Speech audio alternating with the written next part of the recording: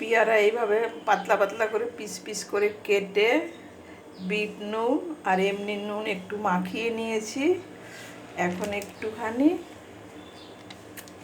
এটা দেখার ভালোর জন্য এটা আমি দিচ্ছি। এটা খেতে দারুণ লাগবে। অনেকে এর উপর দিয়ে আবার অনেকে কাসুন্দি ছড়িয়ে দেয়, দারুণ লাগে খেতে। পেয়ারা মাখা যখন ট্রেনে কোথায় যাতায়াত করি স্টেশনে দারুণ মাখে পেয়ারা, অনেকে খায়, আমি দেখি, তবে আমি বাইরের যে কোনো মাখা খাই না, তাই আমি খেতে পারি না। ঘরে সেইভাবে বানিয়ে খাওয়ার চেষ্টা করি, দুর্দান্ত লাগে খেতে। ঠিক আছে, দেখে নাও, পেয়ারা খেলে মুখে রুচি বাড়ে।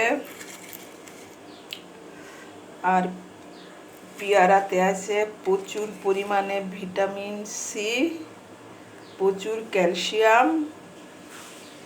বেশি বেশি করে পেয়ারা খাও, বেশি বেশি করে ক্যালসিয়াম অর্জন করো। টাটা, বাই বাই, সবাই ভালো থেকো আর অনেক অনেক আনন্দ করো।